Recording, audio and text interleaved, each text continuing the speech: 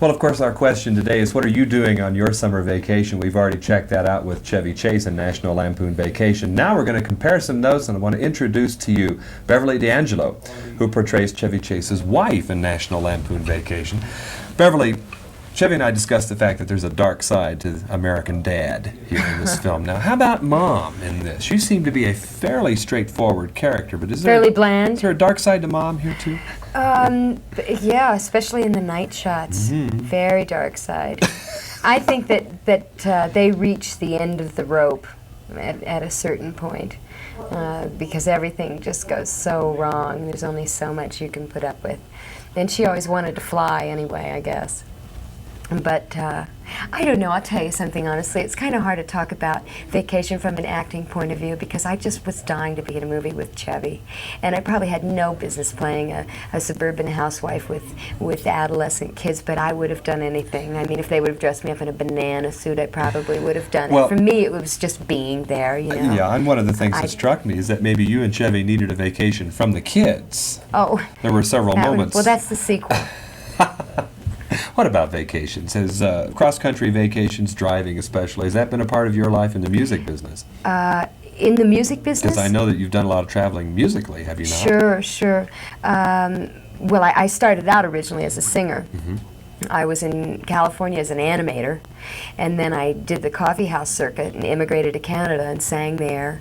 Did a musical, got nominated for the Canadian Oscar, joined a repertory company, did a Broadway musical, and then I started acting. I had a whole speech worked out on all of that. Oh, I'm sorry. I got a big mouth, right? But the point is, with all of the traveling that you've been doing on that, maybe you've got some horror stories of your own about on the road, be it a vacation or otherwise. Well, no, those may be coming up though, because I'm just finishing an album for A&M, and when that album's released, I'll do a little bit of that. How about vacations in your own private life, though? Do you like them? Do you sometimes want to avoid them?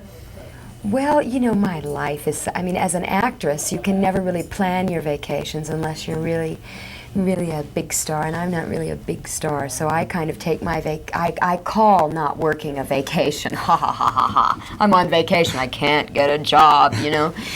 But I mean, my priorities in my life basically have to do with living well.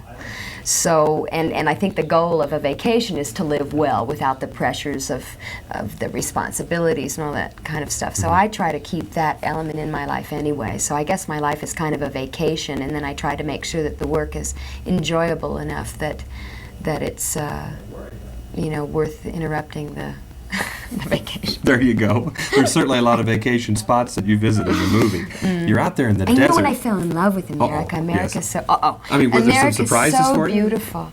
Well, I'd never seen the Grand Canyon before.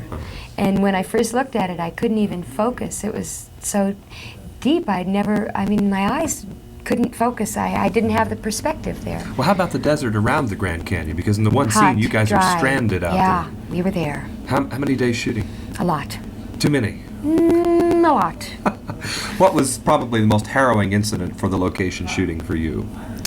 The most well, again, I have to tell you, it was just so enjoyable. There was never a point where I was saying, get me out of here. I just, every day I'd wake up and, you know, coincidentally there'd be cameras there and there'd be lines that we had to say, but everything else was kind of fluffed off. I just did Streetcar Named Desire. We did 3 weeks of rehearsal. We had arduous shooting schedule, 12 hours a day, 17 hours a day, you know, and everything was precise and angst-ridden, and it was, you know, a total concentration. This vacation was basically everybody would come together. Harold's daughter was on the set all the time.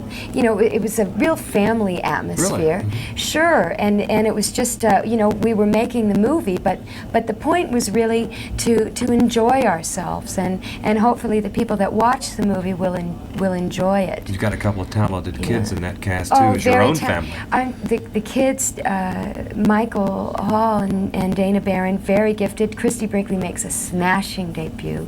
Randy Quaid is so funny. James Keach, Brian Doyle Murray. It's just endless, you know, Imogene Coca. It's the first film she's done in a long time. It was just, you you know, it was inspiring. How would you like to have breakfast with all those people? There you go. In conclusion, I wanted to ask you a little bit of philosophy, if I could, for a moment.